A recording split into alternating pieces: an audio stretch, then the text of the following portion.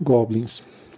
Sinceramente, eu não tenho certeza quando foi a primeira vez que eu escutei falar dessa palavra, Goblin. Provavelmente foi quando eu assisti a sessão da tarde. Estava passando um filme A Bela Adormecida, aquele da Disney de 1959. Você deve lembrar deles. São os ajudantes da Malévola, né?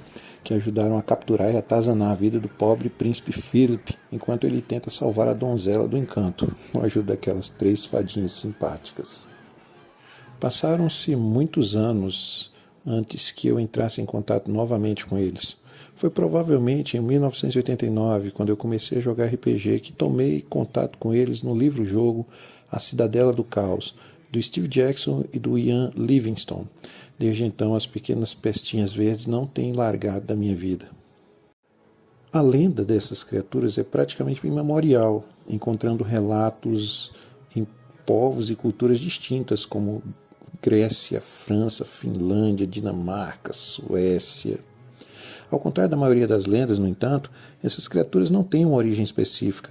É notável que, embora tenham uma vaga semelhança com duendes e gnomos, goblins são seres de aparência grotesca. São caracterizados por sua pele verde, nariz grande, orelhas longas e pontiagudas, além de presas e garras.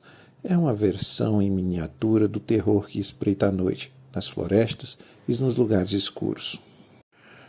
O objetivo do monstro da semana é esmiuçar um determinado tipo de monstro de fantasia e apresentá-lo de uma maneira mais efetiva para que o narrador ou o mestre do jogo possa usá-lo em suas mesas. E, se for o caso, dar algumas dicas de como melhorar os bichinhos. Então, vamos falar sério. Quem nunca chutou a bunda de uns goblins fedorentos com seus aventureiros de primeiro nível? Pois é, amigo, está na hora do troco. Se você quiser saber mais sobre a cultura Goblin, aconselho que você dê um pulo no vídeo do Formação Fireball. Ele é de 2019, mas é muito bacana para quem não tem acesso ao Manual dos Monstros de Dungeons and Dragons ou quer fazer alguma coisa mais elaborada do que simplesmente sacos de XP andando pelo cenário.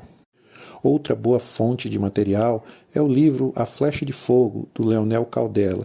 Se você joga Tormenta 20, é um material quase que obrigatório para dar mais cor aos seus verdinhos. É sempre bom dar uma lida também no Manual dos Monstros da quinta edição. Ele começa a falar desses monstrinhos lá na página 172. Mas aqui eu vou focar especificamente em como esses danados podem apimentar a sua mesa de jogo. Então vamos observar friamente a ficha dessas criaturas. Vamos começar pelo Goblin de Dungeons and Dragons quinta edição. O Goblin da quinta edição é descrito como pequenos humanoides de coração negro que vivem em masmorras devastadas ou outros cenários sombrios. Individualmente fracos, eles se reúnem em grande número para atormentar outras criaturas.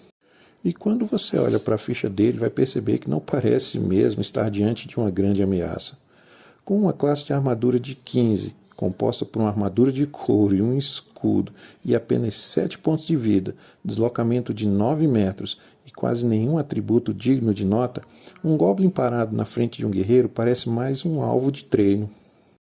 Olhando com mais atenção, o Goblin de D&D tem um bônus de mais 6 para seus testes de furtividade, contando também com uma visão no escuro de 18 metros e uma percepção passiva de 9. Goblins da quinta edição não foram feitos para avançar como uma grande onda ou mesmo uma marolinha na direção dos seus inimigos. Encontros devem ser em locais apertados ou escuros, cheios de detritos, terreno difícil e obstáculos, onde essas pequenas monstruosidades se sentem em casa. Dessa forma, a única maneira que eles têm de sobrepujar os inimigos maiores do que eles é agindo com esperteza das sombras. É isso aí. Os goblins vão fazer emboscadas. Com sua furtividade mais 6, um Goblin pode se movimentar até 9 metros por rodada sem ser notado. Ele também tem uma habilidade chamada Escapada Ágil, uma manobra bastante interessante em combate. Ele pode atacar com o arco, mover seus 9 metros e depois, como uma ação bônus, ele pode se esconder. É óbvio que essa ação não é automática, ele tem que passar num teste de furtividade contra a percepção do grupo e tem que haver algum lugar onde ele possa se esconder, áreas com cobertura. Mas os goblins não escolhem salas vazias para fazer esse tipo de coisa. Imagina que os jogadores chegam num determinado lugar que parece ser ideal para descansar, um círculo de pedras no meio da floresta, apenas para descobrir que estão sujeitos a uma chuva de flechas de inimigos que eles vão ter muito trabalho para achar e para combater. Lembre-se que os goblins têm visão no escuro em até 18 metros e seus arcos curtos têm um alcance efetivo de até 96 metros. E estando escondidos, os ataques dos goblins ganham vantagem. Ou seja, o narrador vai lançar 2 dados de 20 lados, escolher o melhor resultado e só então aplicar o bônus de ataque à distância de mais 4. As chances de um acerto são muito altas. E mesmo que os jogadores consigam chegar perto bastante para o combate corpo a corpo, tudo que o Goblin tem que fazer é usar a sua escapada ágil para desengajar como uma ação bônus, correr os 9 metros e daí atacar com o arco ou mesmo tentar se esconder. Olhando dessa maneira, Goblins parecem muito mais perigosos do que a gente pensa. E o Goblin do Tormenta 20? Começamos com eles na página 288 do livro básico. Descritos como goblins possuem a ferocidade caótica, sendo máquinas insanas de esfaquear e estripar. Um pequeno bando pode chacinar um povoado humano ou sobrepujar aventureiros novatos em grandes números, atacando por todos os lados, conseguem derrubar até mesmo heróis experientes. O Goblin de T20 é bem diferente do Goblin da quinta edição. Ele tem uma iniciativa maior que o Goblin da quinta edição. Sua iniciativa é mais 4, seu bônus de percepção é mais 0 e ele também conta com visão no escuro. Sua defesa, que é a maneira que o T20 chama a classe de armadura, também é 15 e ele tem 9 pontos de vida, ao invés dos 7 tradicionais pontos de vida de um Goblin em D&D. Ele também se movimenta 9 metros por rodada, sendo que esses 9 metros também podem ser no sentido de escalada. Assustador ou não, um Goblin pode subir pelas paredes de uma caverna como se fosse uma versão verde e odiosa do Homem-Aranha. Seus atributos também são bem maiores. Esses Goblins parecem mesmo serem feitos para ser a onda verde que eu mencionei no começo desse vídeo. 2 ou 3 deles correm na direção de seus alvos, usando seu deslocamento de 9 metros ou caindo em cima deles, já que eles podem escalar, e depois fazendo seus ataques. O Goblin Artoniano faz 2 ataques com suas adagas, com um bônus total de mais 4 e um dano de 1d4 para cada acerto, dobrando este dano quando o acerto natural do dado é de 19 ou 20. O Goblin também recebe um poder chamado Frenesi, que garante mais 2 em testes de ataque e rolagens de dano para cada outro Goblin adjacente ao seu alvo.